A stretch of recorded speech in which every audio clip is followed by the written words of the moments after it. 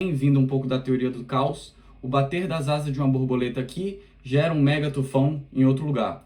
Ou seja, ações pequenas podem gerar consequências muito grandes. E era exatamente essa mudança que a gente estava buscando.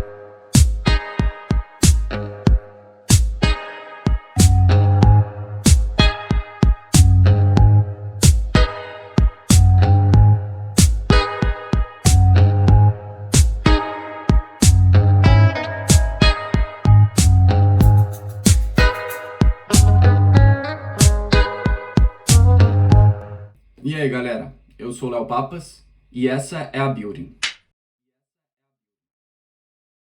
Eu conheci o Elias no departamento de Engenharia Civil. Eu entrei na Universidade de Coimbra com bolsa integral por causa das minhas notas do Enem, e ele, uns anos mais velho, já tinha passado por essa mesma situação. E todo mundo dizia pra mim, vai ser muito difícil, você não vai conseguir manter suas notas, você não vai nem conseguir passar em cálculo, em física. E o Elias era uma das poucas pessoas que falava, Léo, calma, se você estudar e fizer a sua parte, você vai conseguir tirar as notas. E ele estava certo. Eu consegui manter as minhas notas durante toda a graduação e a gente foi criando assim uma relação de respeito mútuo. Mais uns anos pra frente, no último ano do meu mestrado, eu tinha duas opções. Ou fazer uma tese, que é o normal, ou fazer um estágio curricular, que eu via muito mais vantagem. Então eu comecei a me movimentar, conversar com professores, criar as conexões e eu consegui. Eu ia para Luxemburgo fazer um estágio na ArcelorMittal, a maior produtora de aço do mundo. Tava tudo certo, só faltavam assinar o meu acordo de estágio. Tudo bem, passa um mês, passam 2 meses, passam 3 meses e eu já não conseguia mais esperar. Se eu quisesse me formar naquele ano, eu tinha de largar o estágio e começar uma tese na hora, mesmo que eu não quisesse. Mas tudo bem. Nessa época eu fui tomar um café despretensioso com Elias e ele acabou compartilhando comigo a ideia de criar a empresa. E ali, naquele momento, a gente já começou a tirar do papel, na hora. Então é por isso que eu disse, há males que vem pro bem. Até porque foi assim que a Building começou de fato. Se eu tivesse ido para Luxemburgo, a gente não teria a Building como foi. Durante algum tempo, a Building era só nós dois. Até que entrou o Bruno, para dar uma variada e trazer mais força para o nosso desenvolvimento técnico, já que era do background dele de, o que eles chamam aqui, engenharia informática. Como o Bruno já tinha feito um trabalho com a gente antes, ele já conhecia o projeto, então a integração foi muito mais fácil, além dele ser um cara super gente boa e muito competente. Ou seja, a Building era o Elias, o Bruno e o Leonardo, Leonardo. Minha mãe podia ter dado um nome mais fácil. O símbolo da Building era uma borboleta. Uma borboleta transmite a mensagem de mudança, de metamorfose. Mas também, vindo um pouco da teoria do caos, o bater das asas de uma borboleta aqui gera um mega tufão em outro lugar. Ou seja, ações pequenas podem gerar consequências muito grandes. E era exatamente essa mudança que a gente estava buscando. O setor da construção é conhecido por duas coisas: alto impacto ambiental e baixa produtividade.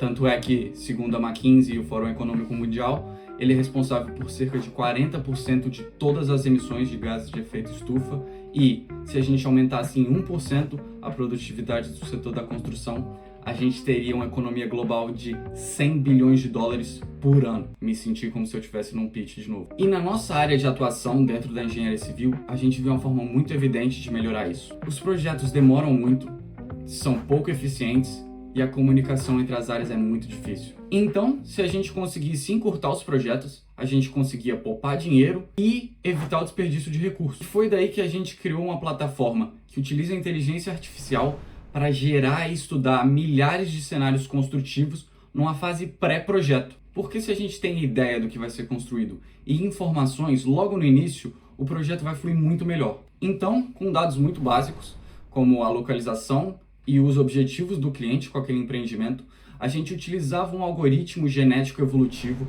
para avaliar cada uma das estruturas, fazer uma análise estrutural de cada uma. 2000 anos depois. E em minutos mostrava o top 3 da infinidade de soluções estudadas de acordo com os objetivos e as constrições daquele problema. E nisso já vinham estimativas orçamentais, de tempo e de carbono equivalente incorporado. Por causa desse app nós conseguimos dinheiro, mas também renome, entrevistas, prêmios, condecorações, tanto na vertente de desenvolvimento tecnológico, quanto nas vertentes de pesquisa em desenvolvimento e sustentabilidade. Pô, até pagaram uma viagem pra Grécia pra gente participar de um evento. Inclusive, ainda nesse assunto, vocês vão me dar licença rapidinho, porque eu tenho de ir ali a Lisboa receber uma premiação.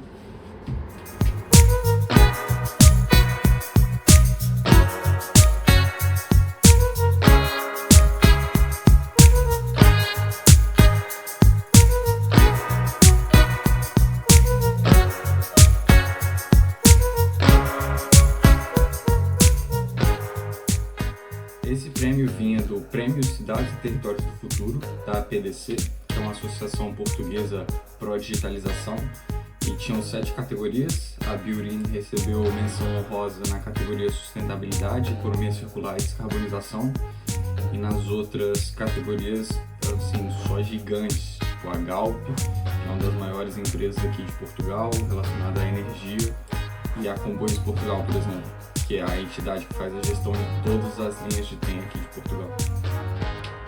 Voltei. Mas então, não foi somente nesse app que a gente trabalhou.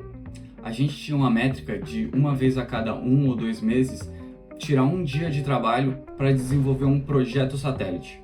Algo que não entraria imediatamente no app principal, mas era uma funcionalidade que a gente queria ter lá. A gente chamava isso de hackathon, e geralmente era nesse dia que a gente tinha o nosso almoço executivo. Então, nesses hackathons a gente construiu um app que captava dados de satélite da Agência Europeia Espacial, é tipo a NASA da Europa. Um assistente virtual que interpretava e permitia conversar com arquivos IFC, que são arquivos típicos da construção.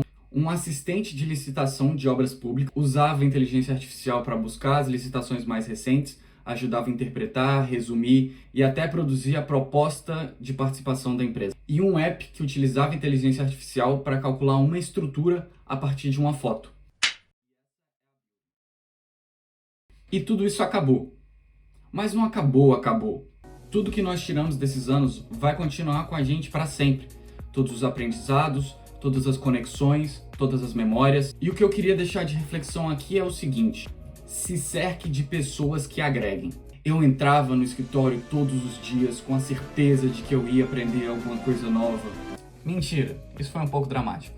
Mas eu aprendi muito com o Elias, que é um cara fora da curva, que eu admiro pra caramba, e com o Brunão, que é super inteligente e muito competente na área dele. Eu aprendi novas habilidades e eu aprendi a ver as coisas de pontos de vista diferentes. E eu serei eternamente grato a isso. Ou seja, como diria Feynman, se você é a pessoa mais inteligente da sala, você tá na sala errada.